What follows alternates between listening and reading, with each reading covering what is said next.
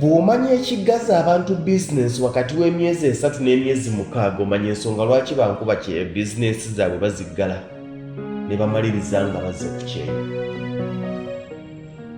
Lwaki abantu baggala business ku myezi 3 oluusi myezi 6? Omanyi lwaki? Renti aba aweddeko. Business nyingi ya Uganda ezitandikiddwawo nga nannyini business eyo kizibu okugisustaininga okusukka rent gwe yasasula. Bw'aba yasasula emyezi 6 bwe giggwako n'abamu emyezi tegiggwako naggala ebintu bye bibaga nti gundi atunda business ye ku goodwill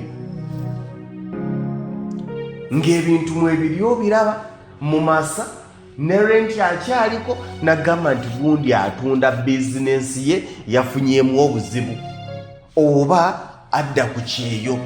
Ne weebuuza nti business enyirira bweti nga stoko mwali ajjudde ono ki ekigimutunza ku goodwill adde ku kyeyo.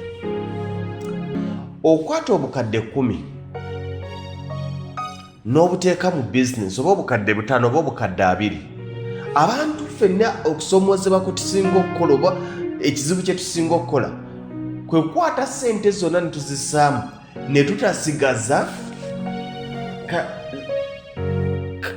capital akali wabweru wa capital ali mu business akagenda okuliikiriza ebbanga eryo nga business eno tennatandika kukuwa kasente kukuliisa. Omuntu atandikawo edduuka naye ng'amazima akalidde nga n'ekyemisana kyagenda okulya alinze client agenda okujjoggula.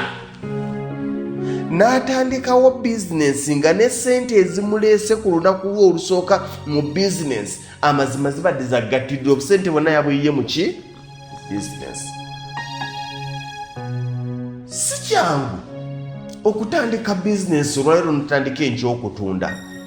Ababaddeko mu business mukimanyi emyezi 6 gisooka sinakindi n'omwaka bibeera byakulwana bibeera byakuvujjirira.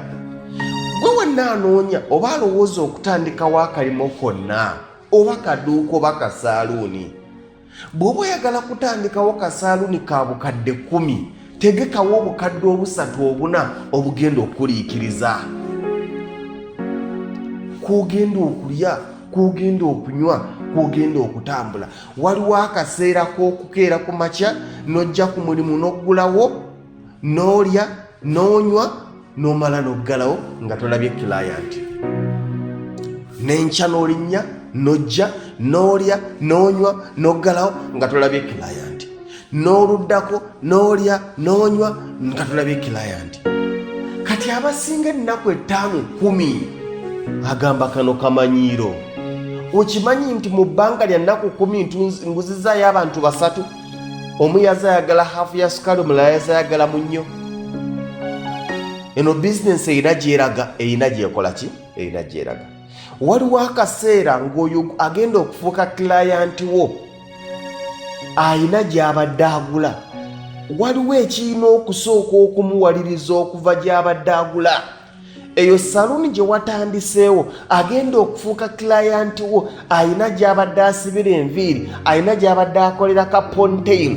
Waliwo akaseera ak'okusooka okubaawo ekimu bagula okumuggyayo either saluni eri amukolako yafiiriddwa asanze ali bizi nagasinga kyakola. Wali nalabyewo akasaluni akagulawo kangende mpitewuko naye anankolako bulungi. Laba bwajja n'omukolako malira nagati nga nasugadda